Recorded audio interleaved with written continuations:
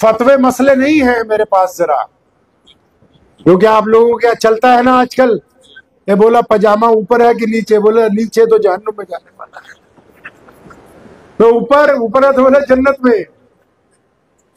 जब हम छोटे थे हमें भी बात नहीं पता थी, ये हमें भी नहीं पता थी। तो ये पठान भाई ने बताया कि अगर पजामा ऊंचा रखोगे तो कहां जाओगे। अरे बताइए कहां जाएंगे, पता है आप सबको ना भाई? अरे मालूम है कि नहीं? हजरत ये सब लोकल मुफ्ती हैं, लोकल मुफ्ती समझते, लोकल मुफ्ती समझते हैं आप लोग, मतलब चलते फिरते मुफ्ती। चाहे बड़ा मदरसा यहाँ करीब में है, लेकिन लोकल मुफ्तियों की तादाद अब भी ज्यादा है। मतलब बोलते हैं कार खरीदनी है तो कंपनी की, मोबाइल खरीदना है तो कंपनी का, जेवरात खरीदना है तो कंपनी के, कोई क्रीम पाउडर खरीदना है कंपनी का। तो बोला दीन सीखना है तो बोले केले वाला भी फतवा दे रहा है, डॉक्टर साहब भी फतवा दे रहे हैं, इंजीनियर साहब कहते हैं मुझे पता है दीन क्या है, वकील साहब कहते हैं मुझसे ज्यादा कोई जानता ही नहीं इस्लाम का कानून क्या है, और मुतवल्ली वो तो कहता है मुझे पता है तकरीर जुमे में क्या करनी, नहीं करेगा तो निकल मस्जिद से बाहर। कमेटी के मेंबर बोलते हैं अरे ये मौलवी हमारे मुताबिक नहीं चलता, बदलो, क्योंकि दीन इन जाहिलों को ज्यादा पता है, उस मौलवी को पता ही नहीं है,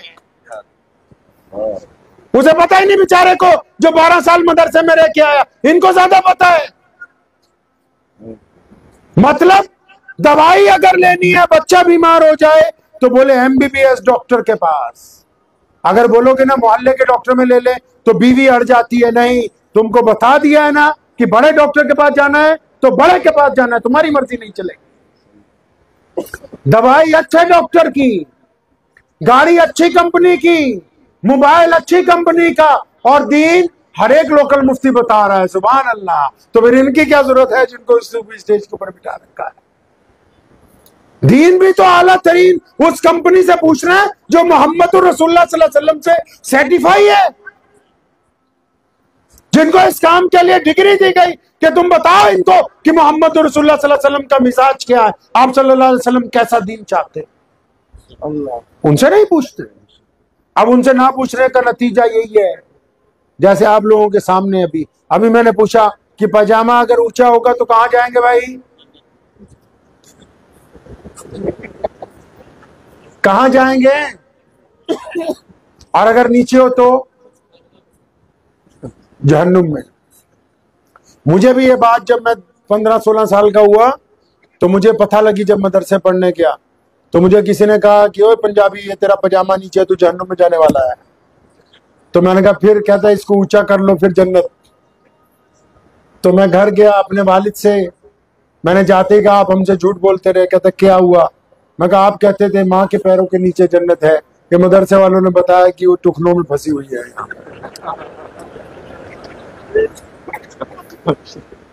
अब इमाम बुखारी अलैहि रहमा को पूछते हैं तो वो कहते सही है बात, ये तो सच है कि पजामा अगर टखनों से नीचे जाएगा तो आप जहन्नुम में जाएंगे। सैयदना अबू बकर सिद्दीक रज़ियल्लाहु तआला ने पूछा था या रसूलुल्लाह सल्लल्लाहु अलैहि वसल्लम मेरी लुंगी लाचा, थोड़े हेल्दी थे ना, फरमाया या रसूलुल्लाह मेरी लुंगी लाचा ढलक जाता है। फरमाया अबू बकर आपके लिए थोड़ी का, या रसूलुल्लाह क्या करना है? फरमाया इसको ऊंचा रखना है। क्यों या रसूलुल्लाह सल्लल्लाहु, बताओ आप भी क्यों?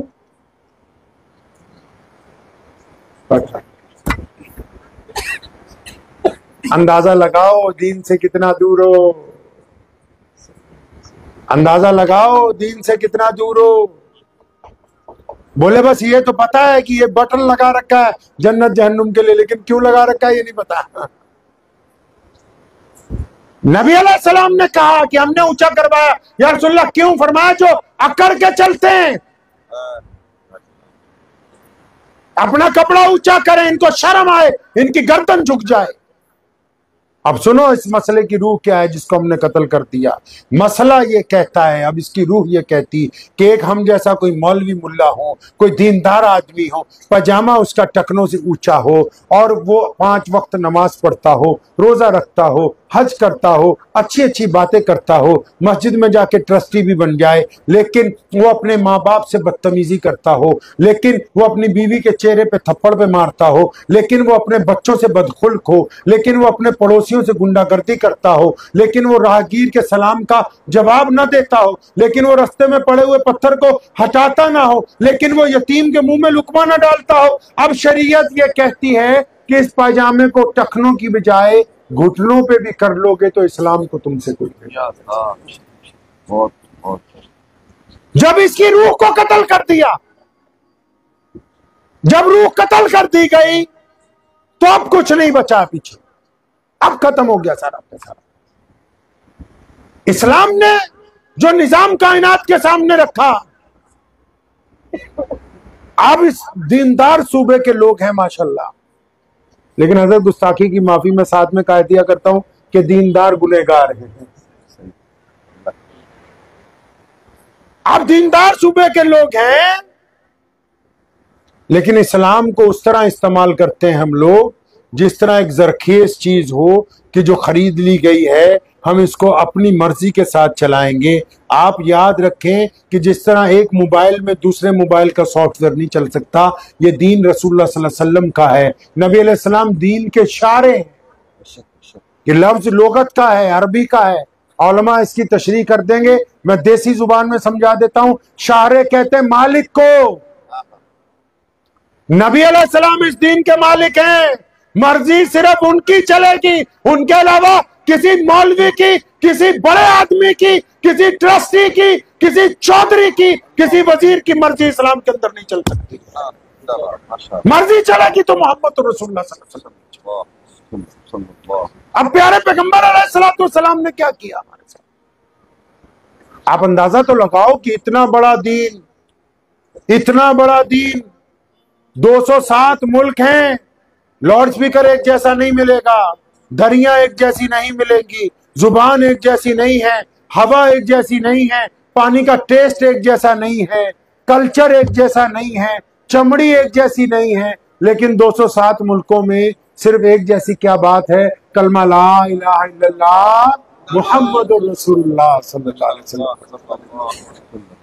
अब ये जो इतना बड़ा दीन है कायनात में, पहुंचा कैसे मेरे भाई, पहुंचा कैसे? कभी सोचा आपने? आपके ज़हन में है कभी ये बात कि पहुंचा कैसे? नहीं है ना ज़हन। अगर नबी अलैहि सलाम को देखेंगे, तलाश करेंगे तो पता लगेगा कि पहुंचा कैसे। मुख्तसर करता हूं, वक्त बहुत ज्यादा हो गया, कि नबी अलैहिस्सलाम ने हमको जो दीन अता फरमाया इसके दो हिस्से। कितने हिस्से हैं भाई? दो हिस्से। एक हिस्सा दीन का मकसद है, दूसरा दीन की जरूरियात।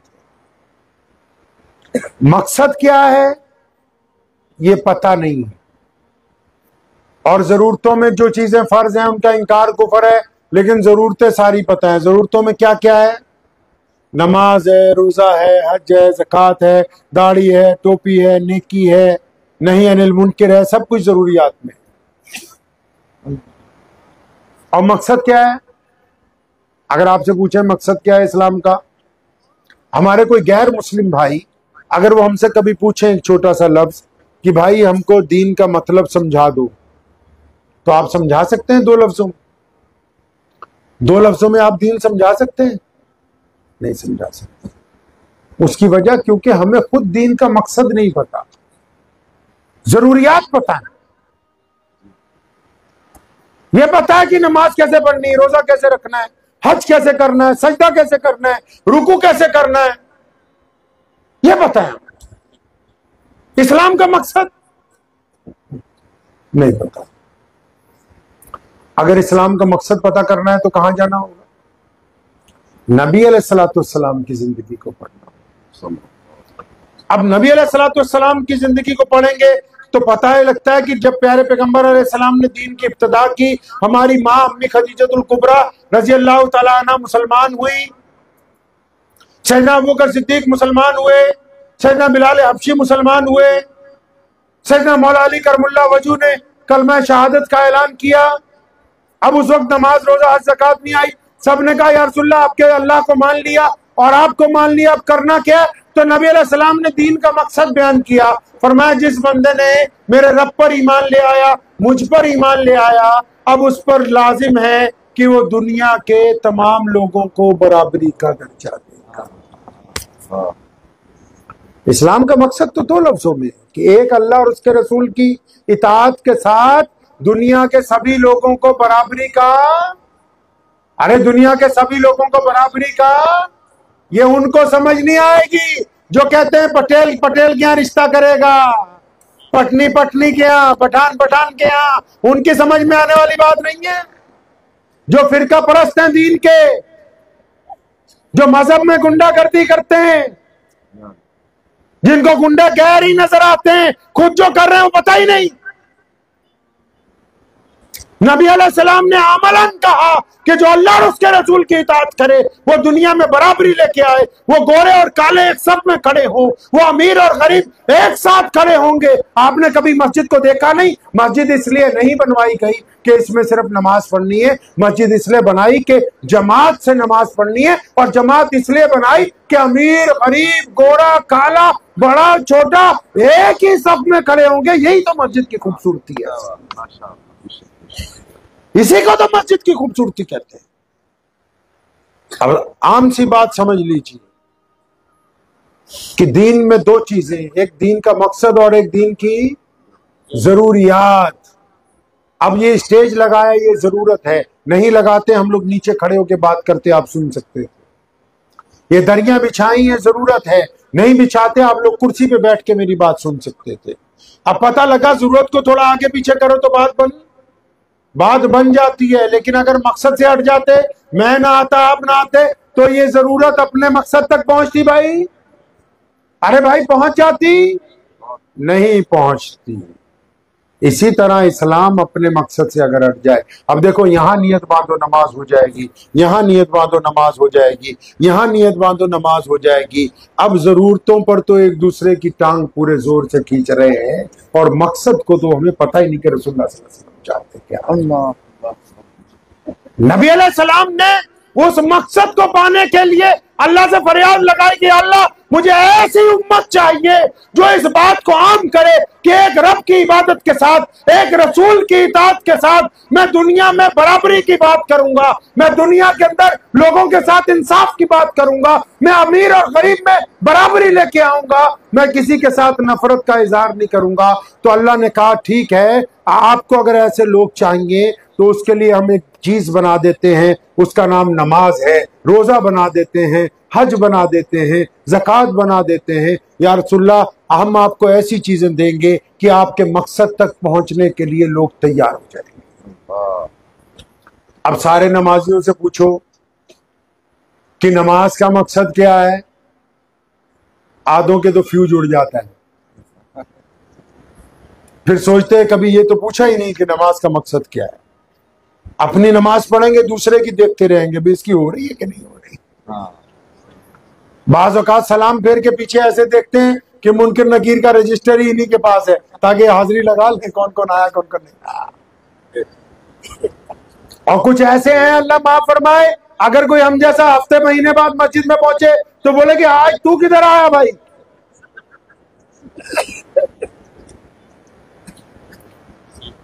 और इनसे पूछो नमाज क्यों पढ़ रहे हो, अच्छे अच्छे लोगों को पूछो नमाज क्यों पढ़ते हो भाई। अब आप भी सोच रहे हो भी नमाज क्यों पढ़ते हैं।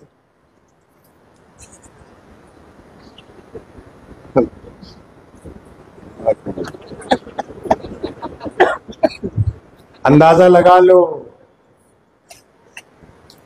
इसीलिए कहते हैं अल्लाह वालों के पास जाना चाहिए, उलमा की खिदमत करनी चाहिए। महंगा मोबाइल लेते हो टचाटक चलता है पूरा, मौलवी ढूंढते हो सस्ता। बोले ट्रस्टी बोलता है कोई कम पैसे वाला लाओ, उलमा से दूर भागते हैं, बोले सलाम फेरा निकल बाहर निकल फटाफट। अरे इनके खिदमत में बैठोगे, इनके कदमों में बैठोगे तभी पता लगेगा दीन क्या है। बंदे के 3 दोस्त होते हैं ना, नबी अलैहिस्सलातु वस्सलाम ने हदीस शरीफ का मफ़हूम है फरमाया, एक बंदा के 3 भाई थे, एक कहने लगा कि अच्छा मैं जब तक तेरे साथ हूं, जब तक तू जिंदा है, अगर तू मर जाएगा तो मैं तेरा साथ छोड़।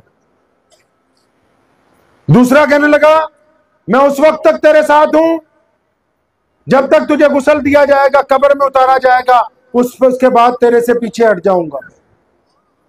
नबी अलैहि सलाम ने साहबा से पूछा कि कौन सा भाई अच्छा है, ये पहले वाला जो जान निकलते ही भाग जाए या दूसरे वाला? साहबा ने कहा या रसूलुल्लाह सल्लल्लाहु अलैहि वसल्लम, ये दूसरे वाला कुछ ठीक है, पहले वाला तो कहता है कि जान निकलते ही तुझे छोड़ दूंगा, तो दूसरे वाला ठीक है। फरमाया नहीं, एक और है, एक और है, तीसरा भाई, वो कहता है कि मैं तेरे साथ रहूंगा और जब तू मर जाएगा, तुझे गुस्ल दिया जाएगा, मैं तेरे सिरहाने खड़ा रहूंगा, और जब तुझे कब्र में उतारेंगे मैं तेरे साथ कब्र में उतर जाऊंगा, जब फरिश्ते आएंगे मैं तेरे साथ उनसे बात करूंगा, जब तुझे लेके चला जाएगा मैं पुल सिरात पे कभी तेरे दाएं कभी तेरे बाएं चलूंगा, जब मैदान महशर होगा मैं तेरे आगे आके खड़ा हो जाऊंगा। तो सहाबा कहने लगे या रसूलल्लाह, ये तीसरा भाई तो बहुत बढ़िया है। और मैं, हाँ सुनो, पहला वाला जो भाई है वो माल है, जब इधर जान निकलती है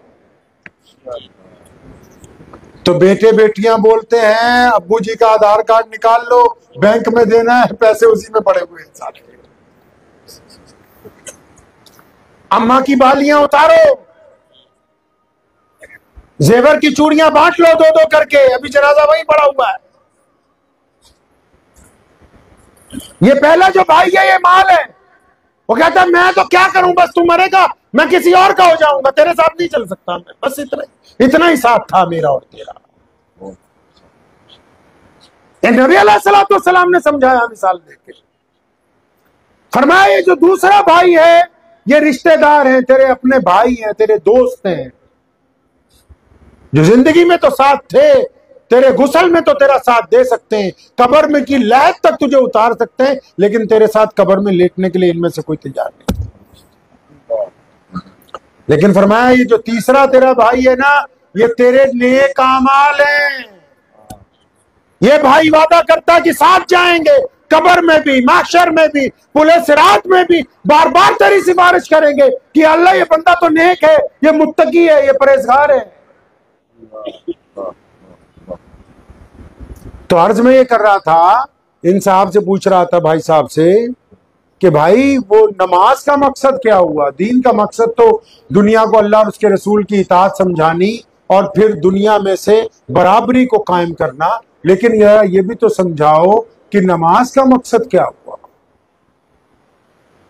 बोले इस पे तो कभी विचार नहीं हुआ है। हाँ ये है, सुन्नी बोले देवबंदियों की मस्जिद में नमाज नहीं होगी, देवबंदी बोले इनकी मस्जिद में नमाज नहीं, इस पे विचार हुआ, इस पे विचार नहीं हुआ कि नमाज का मकसद क्या है।